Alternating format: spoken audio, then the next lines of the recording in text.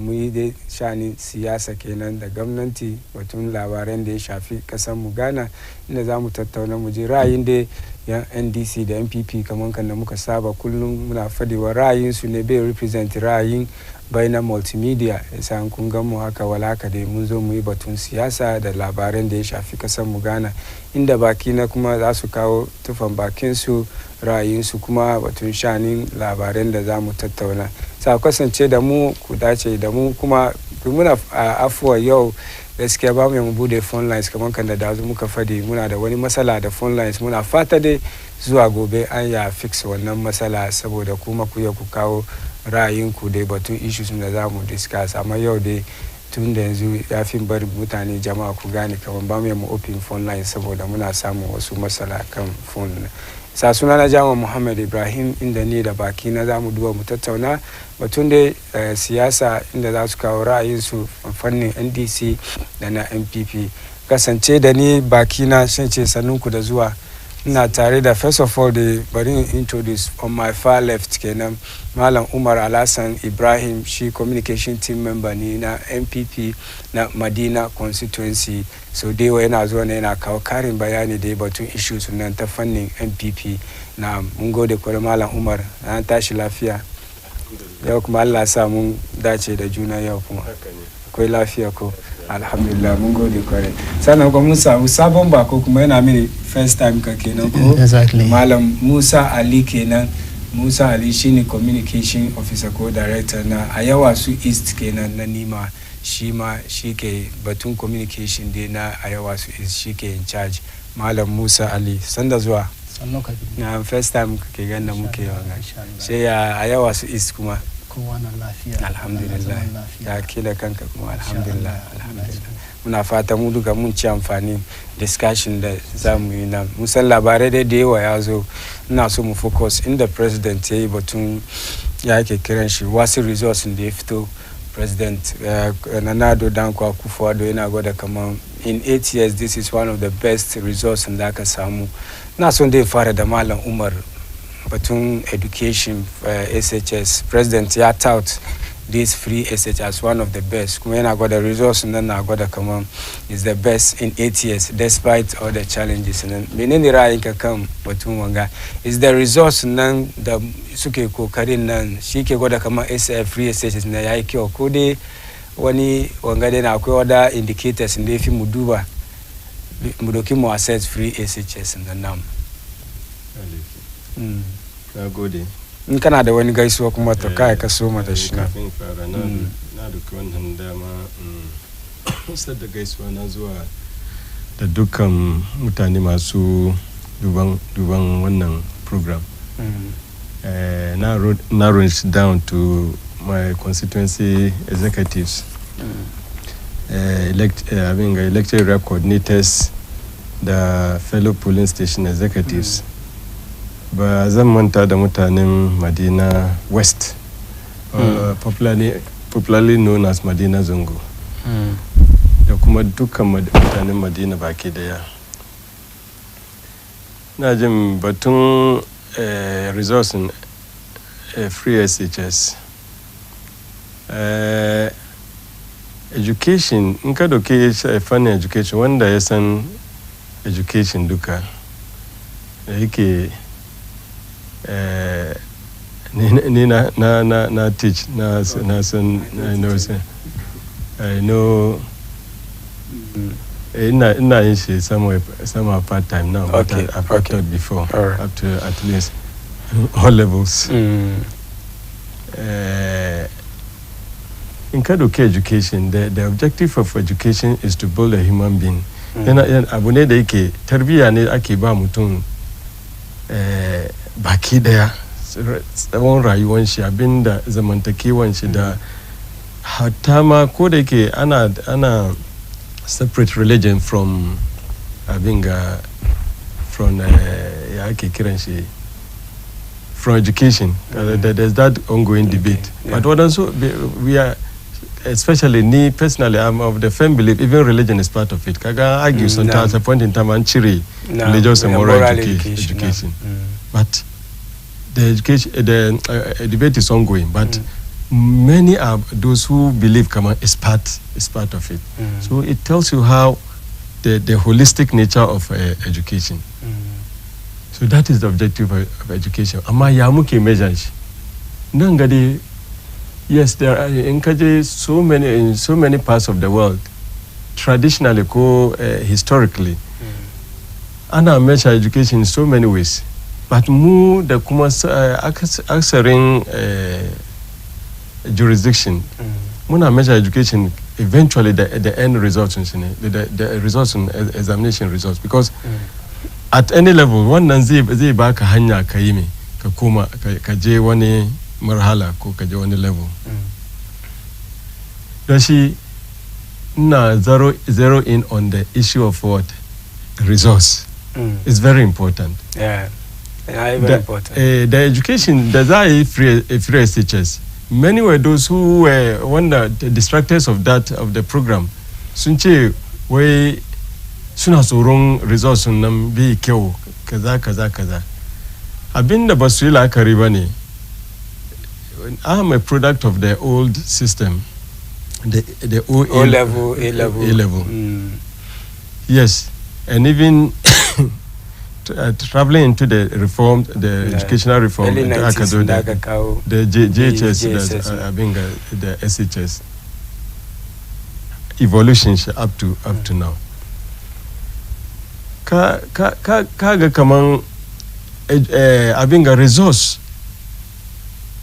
abubuwan da ke zuwa cikin education nan, they were limited, including even the northern sector where ake pilot lokacin the Nkrumah abinga free SHS, where Nkrumah ke biyan abinga fees mutane da kuma exams fee. It was limited to only these two things, fees da abinga ya ake kiran shi examination fee. That's for those who enjoyed the Northern Scholarship, school experience one. Because one it remained piloted up to certain time.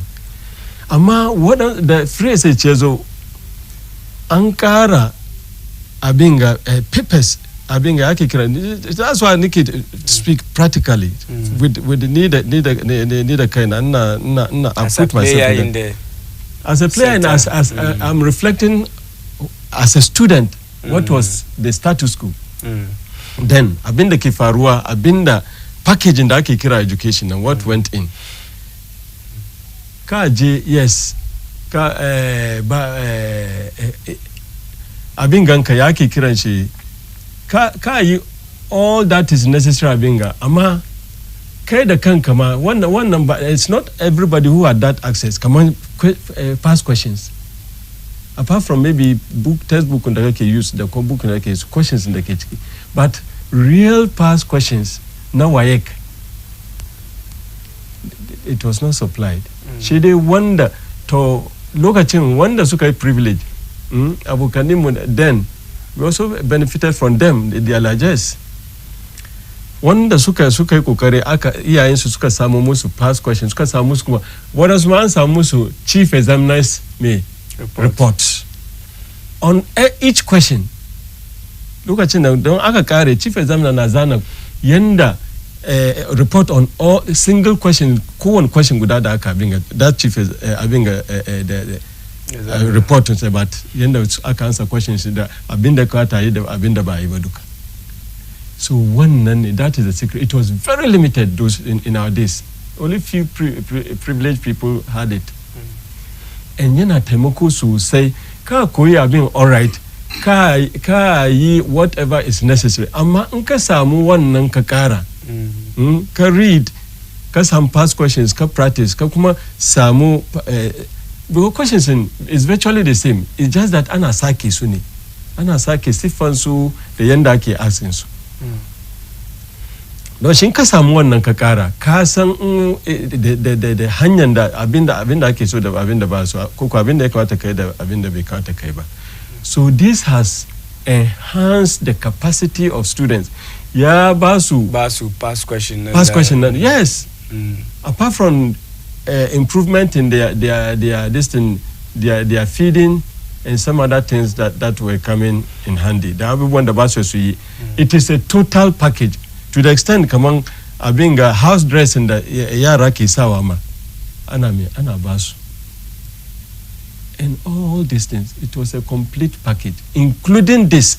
And even one number, the distractors of this program, especially the NDC, sunche why ana say yara pass question. It is not it was a pass question. So now gwada maka abinda yaje enhance since Nkaduba consistently results yara from 2017 president ya making the base abinga 2017 aka fara abinga phrases haka nan so ya make baseline now from what 2018 and rightly so Nkaduba consistently ya abinga from that abinga and up to the current improve up to the current results in the market. There's no doubt about that. Statistically and everything, it shows that also, this is the best. So argue, come on, Wanga results maybe have to just cover up to a lot of myriad of issues in the confront free SHS. Come on, day in Canada, Kurji Amashi, as I shafa one in Kadanko, one plaster day cover. The real issues now and the free SHS in them. Baso I batun one. Kama musam akwai kai batun school feed even with say one past questions about yara ma kudin da maka duka aka zaka say na ina promote wannan ciwo poor ma da even education minister ya for the ciwo poor pass wasu sun yasu copy mba kama su ba su yasu pass sai su dukanga an ya sa su mun gan students sun fito wai me yasa ma ba bari sun samu wadda suna ta me yasa ma ba allowance sun copy onga na san maybe ka ji wannan ka samu wannan labari isa wani kuma yayi copy examination malpractice maybe ba same shi ba kama shi ba shi mai pass shi duka suna kare cikin mutanen da maybe aka ce sun pass ga sha doki a tout as free SH wanga ba ga wannan kuma masalan mun zamu focus kan results da suke samu as a yardstick da ke gwada kamar free SHS yayi successful ba despite akwai wasu challenges da yafi a duba magance shi ba. Hello, Mohammed. Ka box of issues dewa. These are I know you are playing the devil's advocate, but these are the issues right down from the word go. Mutane suka fara having a raise. As for the issue of results, wani yayi malpractice, exams malpractice, tunfila azalni. But the principle is that there are issues, there are punishments for it. Go back a number. Akwai punishment. Cancel. Yes, results 3,845 results in that cancel. So these are the so no ne baka tawo kai da kanka lokacin tunayen da kaza na exams ba cancel papers in wadansu ba ja kunnin wadansu ba. Well, tuna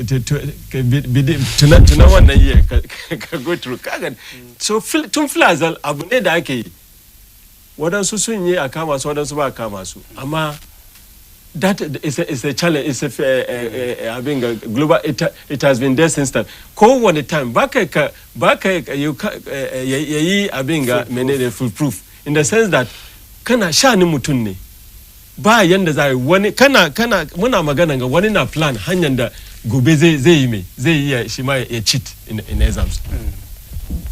Baka but as much as possible ana reduce ne to the barest word minimum. As for the issue challenges wani program ne duniyan ga da yake na mutum na tsari ne na mutum da yake ba wahayin Allah bane da yake bai da challenges. Yana da challenges. Wannan ya gwada cewa abin bai da kyau. A'a. Komi na samun challenges. Kowane policy, kowane program yana da challenges. Amma baka doka you don't throw the baby with the bath water. So whilst you are surmounting the challenge, ana magance matsalolin da ke ciki, ana inganta abin. She ayi wanda inda aka yi kuma da kyau she ayi me she a fadi. So as for the having an issue of results, she said na baka tarihin education. What education seeks to achieve is to build a human being. A gina mutum rayuwan shi duka ta abinda ta fannin hankalin shi ta fannin zamantakewan shi da kana gina mutum ne. to in doing this now ba ka ya kai ba ka institute wani system wani hanya da zaka jarraba shi saboda shi exams kenan in ka je there are so many even exams nan shi yasa exams yana da its own challenges and problems wani yaro in ka aje shi abinda zaka tambaye shi na duka ya fada amma under exams condition bai zana shi yasa kana ganin exams na ma ba duka ne ake akwai continuous assessment past question da ake yana promote wannan even minister ma ya admit as education minister but chew poor pass me shi ya manta bai develop bai shaka muna chew poor mun pass shikenan no me shi je university ma ga yana struggle in ka zama any good teacher in ka zama any good teacher ko ka zama good student. I'm emphasizing on teacher and the student because these are the two basic stakeholders stakeholders in education. Teacher in terms of learning, teaching and learning. Ka gani in ka zama good teacher hanyar da ma aka gwada maka ka gwada ba is not aim at that to chew poor and pass and forget. No, it's not about that. Wanda teacher da yayi method of teaching ya skew shi towards that it's not a good teacher. Student kuma da ya program mind shi kamar abinda zai kenan shi kuma he's not a good student ya ga consequences abinda because ka kare school ba komai cikin kan no it's not a system no it's to enhance your understanding kaga wannan bayan ka koyi abu da kyau ka understand abinda aka gwada maka nan in class in so many ways. It depends on the subject. In a quite practical aspect ka yi all those things sannan me past question nan yayi me yazo is the icing on the cake. Lokacin zaka aje abinda aka gwada maka ba duka da question yazo kake zana relevant question na ya tambaya specific abin da yake so that is this notion kaman kaza na is wanda ke da wannan notion duka bai san education ba. Nagode na dawo wurin ka da bari mu ji Malam Musa Ali kaji dai zatukan da aka yi kaji abin da president ya fadi free SHS mun san dai NDC na da nasu way of free SHS sun ce progressive na president kan da yazo shi first year shi ma 2017 ya introduce wannan and criticize even from minority ko da NDC sun criticize free SHS kaman yana da masaloli to gashi yanzu results nan na fito kuma yana gwada kaman still quality nan ai kun ce na prefer quality to quantity because intake na yayi yawa gashi yanzu kuma results na reflect kaman it is good yanzu aka way the best in 8 years ya fi ku accept kaman free SHS it has come to stay kuma yana ba da results da ya kamata na yaran na kokari. Assalamu alaikum. Dam kana da wani gaisuwa kuma kai nan. Ina isa da gaisuwa da mutane a yawa so is duka baki daya. Ina fata kowa na lafiya. Ina jin nan mun zo mu yi magana game da batun lamarin gari kuma mu fadi shi yanda ya kamata wanda zai taimake mu. Na farko dai batun wannan free SHS in the president ya kawo na number 1 it is a diversionary tactics. Ka gani gari yayi zafi ana jin yunwa ana jin jiki suna kara mashi mu suna karban tax shi an sa shi yayi ni shi president an sa shi yayi ni kamar ya ja hankalin mu fita kan maganganun da ake yi nan in ya so batun school no ya je Opokuware suna celebrate 70th anniversary suna celebrate batun education but he could have avoided that mesa da ya avoid wannan comment secondary school ne domin maganar nan da ya fadi na ya sani cikin gidan ranch kaman ba gaskiya bane mesa president ya san ba gaskiya why after the results after the results can you imagine ya doki 4 subjects English science wani she ka conclude 8 years why in the world? Our core subjects are important. Duka na da important. Abin da bai da important ba karanta da yara. Ko ba ka ba. Shi yasa duk abin da ake karanta da yara all the 8-9 subjects. She ka kawo mu yi assessment 3-4 years. She mu gan consistency da ke cikin in terms of results now. Shi ya ba mu nan. Shi ya doki shekara guda na shekaran ga yace wannan ne from 2014 har zuwa yau na shekaran ga yayi best. ya isa ya baka president abubuwan da ya faru hal yau abin da ya kawo ni percentage compared to 2016 na shekaran ga ya compare so one year ya duki shi ya compare na shekaran ga da na 2016 and that is voodoo analysis na ke yin wanga analysis ka doki shekara guda da guda shi kai comparison shi kai conclusion ai kuma za ku yi kunce 2016 ai kaza okay now 2016 zuwa 2022 how many years ni 6 years shi ya ce na observation shi ya ce kamar bari in read abin nan where I can state without equivocation that I am proud of the policy and its result thus far. Performance statistics for the core subjects over 3 years of the free SHS as released by the West Africa Examination Council WAEC show that in 2020 when the first batch of free SHS beneficiaries wrote the WASI, 57.34% passed in English, 65.71% passed in core mathematics, while 52.53 and 64.81% passed in integrated and social studies respectively. In 2021, it's Ayabaka core subjects in the Halzua this time. Wangana previous years. In Kaduba, in comparison to 2016 WASI results, that 4 subjects, the 2022 and the free SHS. And the free SHS. So if you take 2016 when there was no free SHS, Sheka doki results in one free SHS market. Sheka free SHS 2022. Sheka compare. Sheka na bani conclusion kama that indicates kama. Even with free SHS, I could about quality. Yes. The quantity. Yes. Sheka che free SHS and be bad one quality. Just say yabar mutani enrollment ya je high. Ama be bako. Ama she baka kama. Still, even with that, musamu results in the musamu results, because it is only 4 subjects you are looking at and the percentages. Koba ganiba. Nabu, an education that thrives on question papers is a failure. It tells you kama yo yaro na ko yaro ka na shi ne yaje zauna class free SHS ba karantar da shi komi an ja ka mishi question papers ciw kama yanda ka fadi ke dai ciw questions nan no ya ko ya kare wannan kamar ka da icing on the cake za ba shi guidelines da yanda questions icing on the cake ni ba yau aka fara bai inda muka je school ni da kai ya muka yi muna koya mu kare mu da kanmu mu sai question papers mu je kwabalonci mu ne she government e bara biya maka in the world wani government ke dukan kudi ya sa cikin question papers ina son gari guda is it not a good thing? It is not a good thing because duniya muna da garuka na over 100 countries ba gari gudan da ke in kowane time government ne za su yi wannan akwai garukan da ke in za su yi she show America ana yi abu kaza dalilin da yasa muke yi kenan Kenya ana yi abu kaza dalilin da yasa muke yi muna so mu koyo best practice but in this case na kagan kaman suna zaune as cabinet na wani bi shekar rasa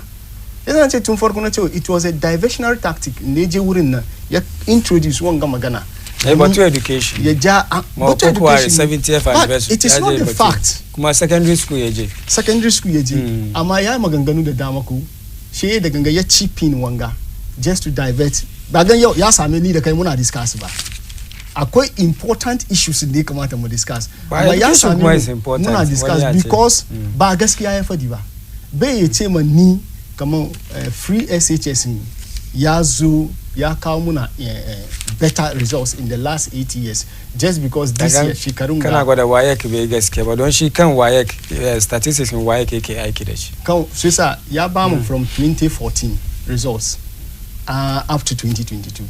I want to see that. No, he didn't say anything different from what WAEC is saying. No, but it says to 8 years. Nka ce mini 8 years. Ya kamata ngan 2014, 2015, 2016. Then I can make on my own conclusions. Ko ba gani ba. Amma ka zo ka bar ga min 2022 results yaran sun yi kokari. Sun yi kokari from abinda WAEC commendable. Sun yi kokari. Wannan wani bai dispute. Amma conclusion da ya drawn na shine problem una. The fact that shekaran ga yara sun yi kokari bai mean kaman policy da ka kawo wannan free SHS na ya supersede. The question is coming results in 2016, 2017, 2018, 2019. Nan kaman under nashi free SHS na from 2017, 20 there's a certain consistency, okay, in terms of passing. Then sakaran ga yaran secondary school wadanda ke cikin tukunyan da kan ba su fito sun zage president ba. Sakaran video na yaji viral a wannan baka ka justify so ina shi president shi da ke zaune castle na ci castle Flagstaff House da yaran da su suke cikin school da su da shi ai saboda ba bari sun copy ba yasa suka yi wannan a'a ba batun copy bane yunwa na jin su ne ba abinci ba ka musu abinci school yunwa sun suke tanyan juna suna feed juna in wanga na buyan ka shi ka taimake shi in wanga na bukin ka shi ka taimake shi yasa zafi ya bar suka fito suke ma wannan zage-zage da su gyara ba daidai bane babban mutum ne ya yi kaka da ku amma shi ne yana so ya gaya mana kamar abinda yaran nan ke face cikin school na daban da shi abin da yake feel daga Flagstaff House yasa shin an ba shi story this is the president da ke kan record ya gaya mana kamar an misleading shi he's on record to have said that yasa irin wadanga maganganu ka an misleading shi yace in an mislead kana gwada waye ne don figures waye yake aiki da shi figures waye yake aiki da shi amma kuma under free SHS nace ba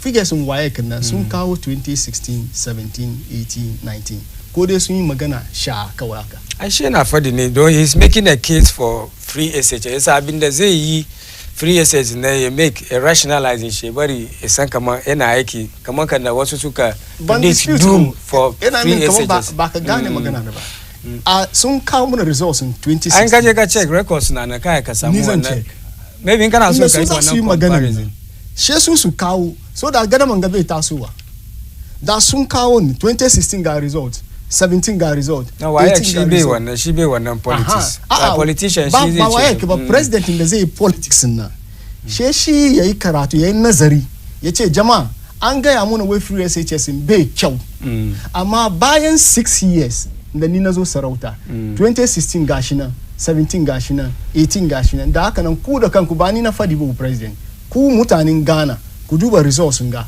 there's a certain consistency kama yaran free SHS nan ko da one time an exams 70% 80% shi no yayin na ya kawo shekara guda wai wasu result best in 8 years best in that this year's is best better for the past 8 years yes ka understand tankan shekaran ga exams in shekaran ga ya kyau ya fi na last year ya fi last 2 years ka improvement kenan ka admit kenan exactly ya kyau ya fi na last 2 years ya fi na last 3 years all 8 years but the question is she conclude kamar tun da shekaran ga ya kyau it means shekarun da aka yi free SHS non duka is a very good policy an fail 2018 2017 2019 an fail muna zaune ga ba mu ganin gaibi next year an fail ko ba fail ba mu gani ba wish mu kinan ba so conclusion na is bogus conclusion even 2016 it was 51.6% which is not bad 2016 or 2015 compared to 2016 exactly shi sana cewa ya doki shekaran 2016 1 year just 1 year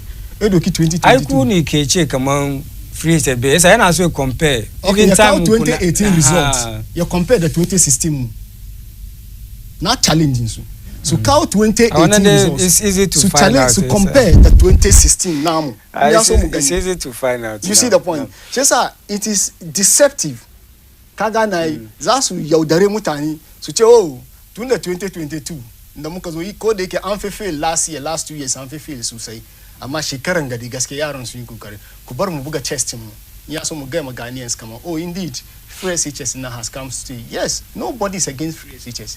I don't think there's a single soul in Ghana that is against free SHS. Current free SHS in this current form NDC bai rayu da shi ba. Ba mu rayu da shi because kuma kun ga yaran kuma suna kokari. Results nan na reflect. Tun da government ya cire kudi ya ji ya si question papers yana raba ma yara abinda ni da kai ba mu yi ba. Mun san kamar ba responsibility in government bane.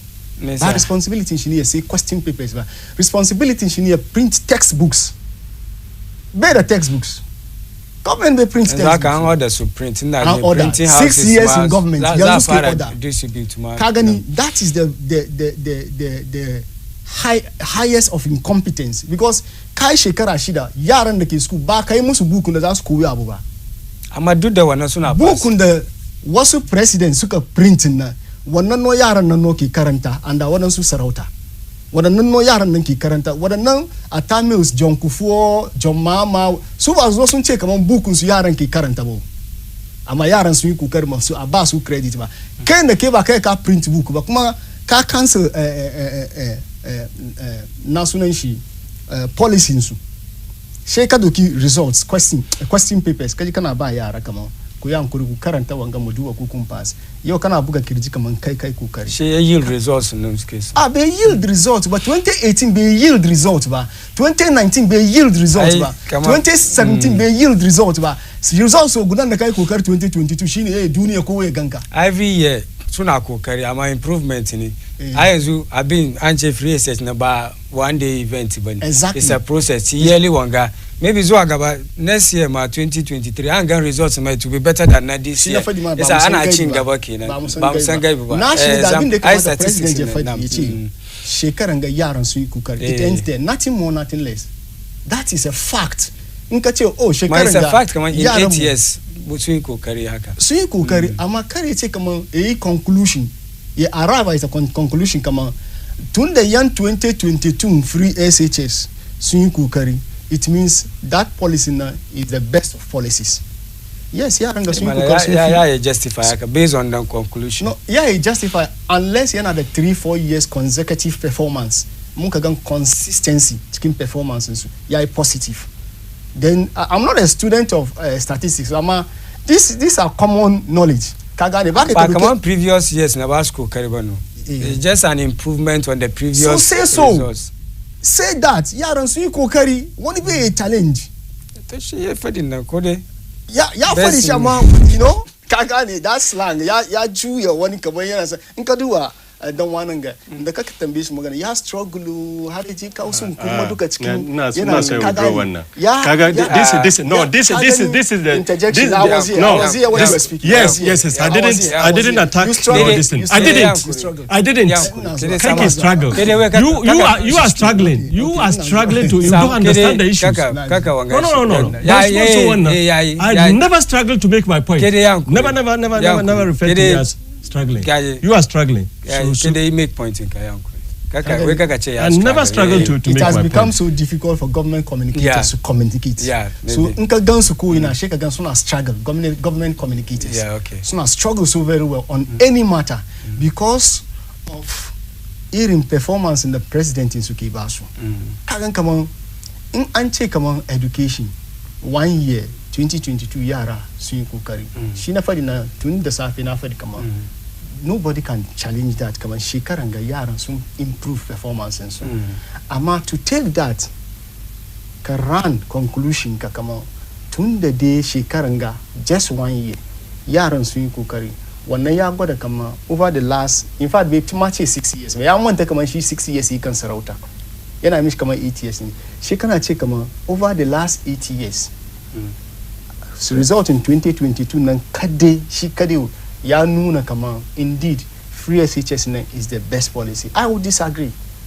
I would disagree totally because that is not how results na zai reflect good habit. Don da bayan yi shi yayi basa da ya reflect kin in the 2018 abi basa bai ga ya mu da bai. President na garin ga 2018 improvement ni on the previous years. 2018 president ya mutu ni. Yana nan. Maybe yayi magana wannan. To shi zai magana shi nake challenging na. 2018 muna garin ga shurun bai ce. But how was the performance 2018? It was bad. How bad? It was bad. 2018 was bad, 2019 was bad. That is why nobody communication but every year suna ce tun haka fara free suna ce results nam is good. Yes, every year improvement ke zuwa kamar na 2020 tunga. It has an improvement on the previous year. Last year kuma an ce was an improvement on the previous year. Haka yake zuwa har dai maybe next year 2020 kamar ga na fadi kuma it will be better than this year. It was best in maybe 8 years. Do you agree with your policy, educational policy that they thrive can question papers? Do you agree? Is it the best? Let's be honest to ourselves. We are speaking to Ghanaians. Do you agree? It's just an element of 10 year and chicken process. I can that's where to pass exams. So about one need the court in the everybody. That is the core thing this government is doing. That is the only thing this government is doing. Basuba yara books. And that is a fact. Basuba yara books. Nkaga yaro ka book ya karbura abu yan shi ni ko ya ji asini. Okay, na so ka wrap up ka wanga. So abin da nake so mu fadi ni. The government communicators will continue to struggle to defend their indefensible. In as far as abin the president in Suki churn out by fact bani. Yana soon the command na fadi. It's not factual abin da fading. Come conclusion they draw number fact bani. Come on me. Come on the fact that 2022 yaran nan sun yi kokari in 8 years. Yeah, in 8 years, in the past 8 years, yaran 2022 sun yi kokari. It doesn't mean, come on, that policy of free SHS is the best of policies until and unless you prove, come on, indeed 2017. It's amazing what come free SHS has been successful. Yeah, it's successful. One abni yastic ko standard na ke yastic nani yo 2022 ko Allah kai mu rai next 2023 Allah ya sa su yi kokari kana san su yi kokari 2022 2023 2024 3 years in ka combine ka duba average performance hit ko 60. There's no abin da zaka qualms about it. Ka san kama indeed performance wise free SHS na help yara ka gane in ka doki 3 years 5 years, 7 years. 2017 akafara. Bon Sunday muje back. So 2017 akafara. Munga improvement on the previous results. So it's a progress in no progress na mayaba 1 year kadini. Performance in 2022. I current in 2022 muke. It's exactly. Not 2022. She have to second engine ngama provisional results. She and they have to the she okay now the results in 2018. I look at the results now. Okay, now go the Kamala Umar Kaji days to Kandaka. What's your rebuttal quickly? NDC sooner rehearse the propaganda is packaged propaganda. So any issue, instead of them analyzing the issue now, you see them spewing their propaganda. So let me begin with the issue of Kamang. Why are we discussing? We are, for God's sake, we are in 2022, and this is the result. And we are doing it against the rest of the years. And it is not true, come on, free SHS, the years last year was so every year there's improvement over that year. Not following year, improvement over this year. That is how it has been. In Kaduba results, it is there. And as for the issue of the use of the core subjects, that is where the basic problems are. It doesn't mean that one was failed, one else some other subjects. But this is where the issue, that is what the basis with which we do analysis. Especially the core subjects, English, math, science, and what? Social, integrated science, that's integrated core science, and then social studies. These are the 4 core subjects. And incidentally, you attest to that. The students, soon as well remedial now, when the subjects need to remedial, so say.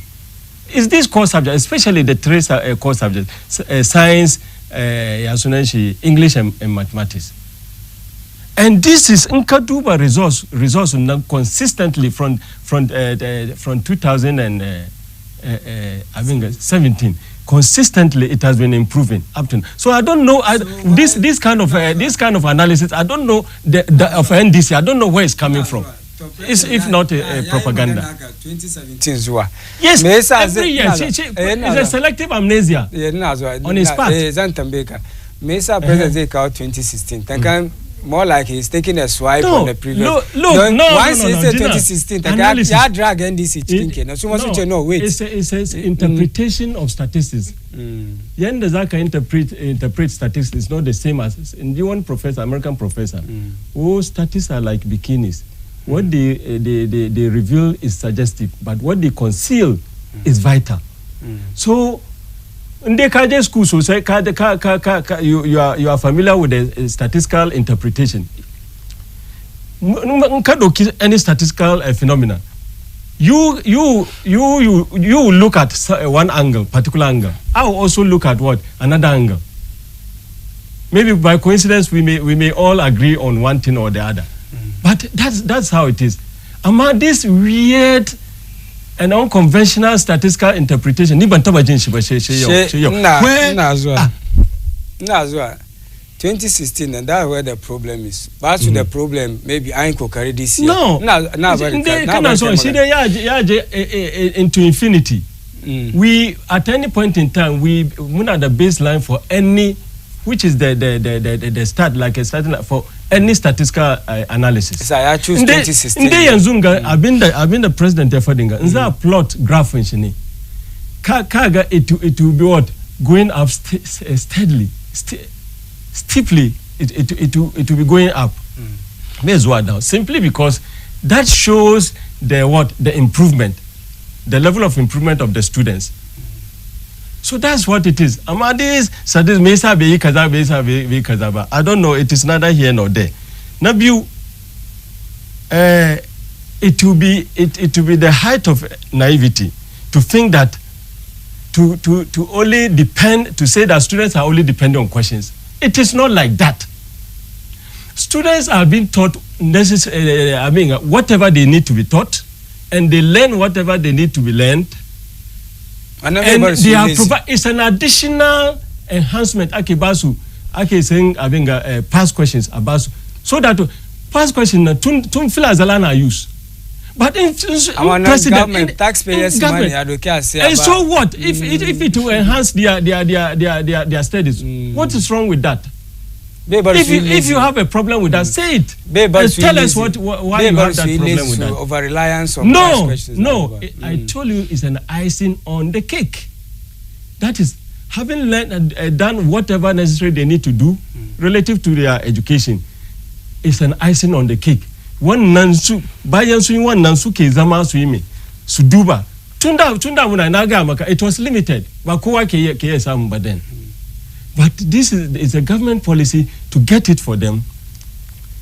Enhance bayan sun koyi abu kamar da na fadi. Amma to say it's very disingenuous on anybody's part to think that students are only depending on this and to make them chief poor and pass students. By hook or crook, but they move yaron to pass. No, it's not like that. Say must pass question as part of the process. Mubaro to pass. Don't argument na duka yanzu batun results in da ya fito da suka yi kokari shi za doki a justify mun san kamar kana fara akwai wasu masalolin da free estate ke school feeding na abincin da ake ba su wasu even textbooks nan da sauran su da duka da yana cikin masalolin amma kamar wanga in results ne zo shi shafi duka bar maganganun issues nan duka ba gaskiya bane this is abin da ka fadinga you are corroborating a propagandist approach and a clear position of NDC, who are distractors of this program from the word go.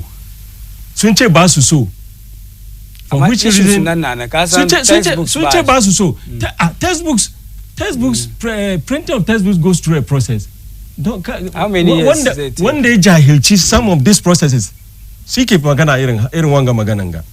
I believe you know the process. It goes through a process, a very rigorous process. How many years they take a print? It depends. It depends. It depends. Carson, this time round, the print of these books are not done outside Ghana. It's the bulk of it is given to what? The Ghanaians. Local. Yes, it's I'm print what and so. It doesn't also mean that there are no materials for learning. Materials for learning are there. Individuals have written books with a syllabus. The syllabus are there. So to make it appear, come on, acquire books, acquire textbooks, but what does government not the textbooks? About textbooks in the new curriculum that yes, the new ones, the few changes that are in there that needs to be incorporated. I've been there as in Sabun textbook, but it doesn't mean there's no any material. So one day Jahilchi this process duka, this is the way they will be talking. But it's only fair mutani should tambaya kama textbooks education and textbooks in the yara da su koyo halwa yau. There are books. First 4 years which is still there are books. Before I muna about textbooks at this point in time in terms of books education. Are there. So the government is going through a process, procurement process to what to print books for students. So one is there. Okay. And then Canada last point in Kako. Yes. No, kuma ya ce wai 20 wai me yasa president ya use abinga 2022 abinga ya ce is the best. Once again, in yayi familiar with the statistics, how statistics work. Ya san kaman there have been improvements from 2017 Commander Nafadi consistently. Make one point now. Yes, so it is not true. Malam Musa, kaji de zatutukan nan. Time kuma ya wanga bamu ya muje another topic ya. Kagani Commander Nafadi. government yana struggle, government da kanshi na struggle, fact ni. We don't need struggle in terms of education ko dai generally, especially this education da muke discussing ga. Look, sun bata educational structure mu. Ya take any government in the Zizu, the next 10 years ya gyara education garin. Abinda ake gyarawa yanzu ga. Sun bata school yaran mu. Yau yaron ka na zuwa school. To in ba ka nemi teacher gida ka sa imma teacher ne ya koya ma yaron ka abu ba. To kai tunka. Wani ya ce tunda ana yi haka. Ana yi haka na amma ka gani abunin da kamar abunin da ya bata amma bata wan shi bai da karfi. Shi wani yazo shi ya poto shi. Kaga ya jakuli shi ya shi basa. Duwa nace ba nobody in his right senses will accept educational policy that can thrive can pass questions. Nobody. Not even the president. They accept. Pass question in the key thing that you see that is the only thing they have done about our education. That is the fact. I mean the school education we cannot keep boosting SHS. Ayara na zuwa ana ba su abinci suna nam. Yasa wannan pass question da kake emphasize kan nan kamar shi wani mun ce ba wani 1% of the whole that yes it is but not 1%. It is a major problem. It is a major problem. Major problems in the cikin free SHS the kanshi. Accommodation, teaching, time da yara ke samun da teachers domin teachoci ma na jin yunwa, teacher kuma in ya jin yunwa bai karanta da yaronka.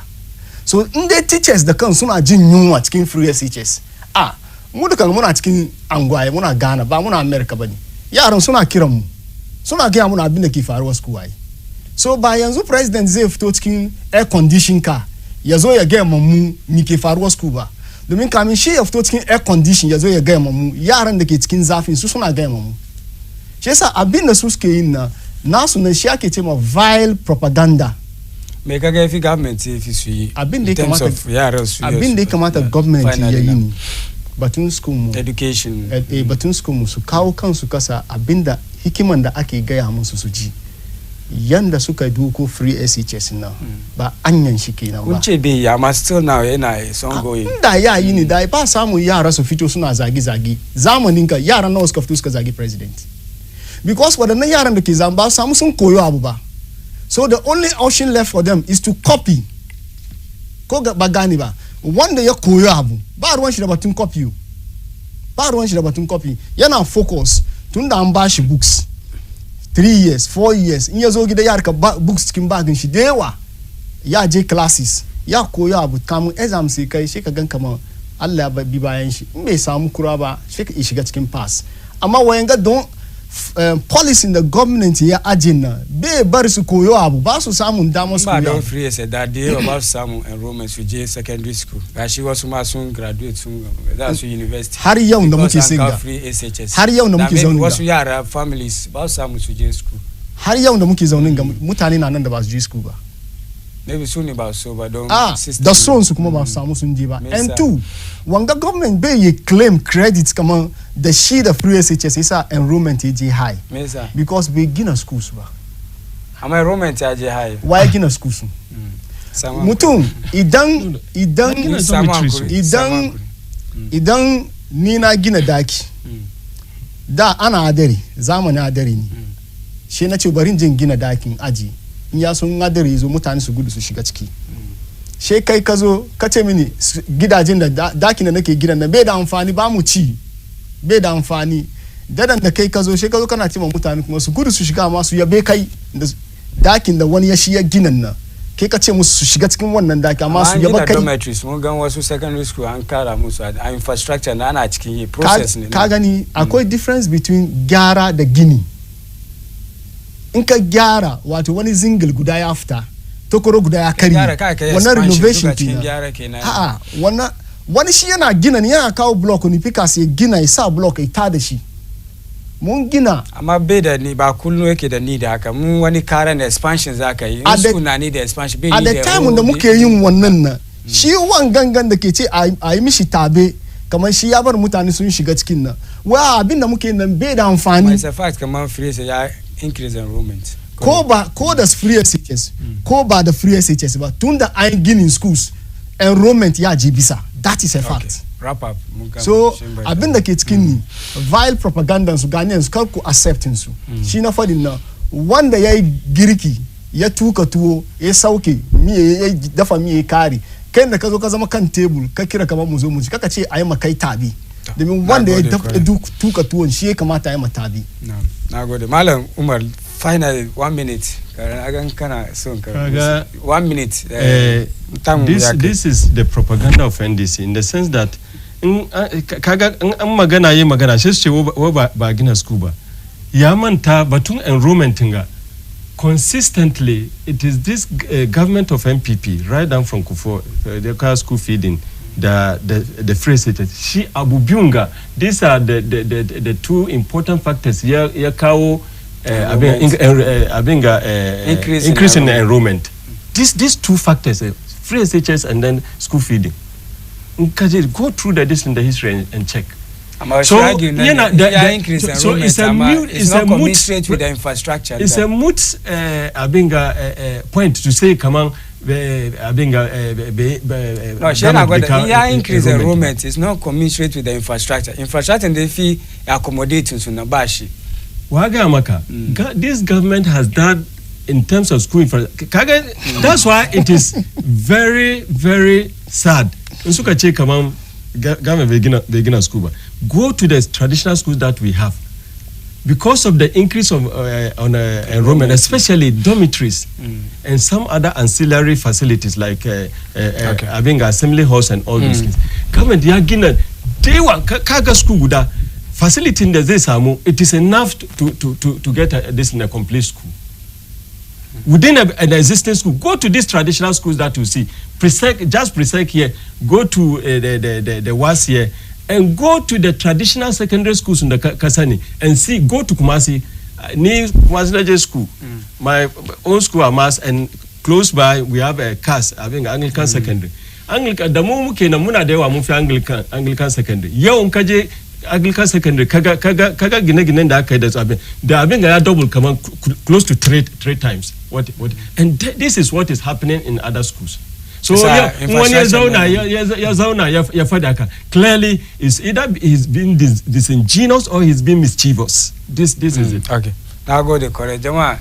Unfortunately, yau ba mai mu da ke phone call saboda muna samu wani matsala da phone lines. Kun ji dai ra'ayin su dai batun yau dai mun focus kan education inda president ya ce in 8 years da yaran this year na wasi su yi kokari results ya reflect kaman wannan na gwada kaman free SHS yana aiki kuma ya zo ya stay kenan dan wana Malam Musa Ali kenan shi bai ra'ayi da wannan ba yana kaman da is a lot da yafi mu yi cikin education sector nan da za ya bari even bai ce dai I don't think NDC is against free SHS ko ko ce progressive she they are against current. Yes, now go the correct. Now go the correct. Malam Musa Ali kenan shi communication director ko da team member ne daga Ayawa su is Nima kenan yau shi ma first time na ji dadin analysis kai da Malam Umar kuma na ji dadin analysis shi it was very cordial kuma Malam Umar Alhassan Ibrahim shi ma communication team member na Madina constituency suka kawo ra'ayin su dai batun abinda zatutukan da president na Akufo-Addo ya faɗi muna fata kuma kun ji maybe kun take wani education kadan cikin na gade zamu dasa aya ku ta duban Baina TV suna na Jama Muhammad Ibrahim inda ni da abu aiki na Zulaihat Muhammad muka kawo muku edition yau na Tsarin Safiya kuka sace kuna bin mu kan na social media handles mu kenan Facebook, Instagram, Twitter, YouTube da kuma TikTok duka muna kan ku biyo mu kan mu yi very interactive kuma muna fata zuwa gobe dai har ko bayan gobe mun samu mu activate phone lines na saboda kuma ku kawo ra'ayin ku na san debating da ya continue from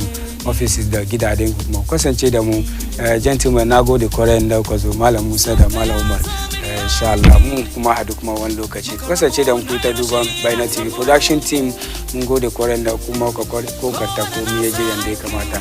Assalamu alaikum wa rahmatullahi ta'ala wa barakatuh.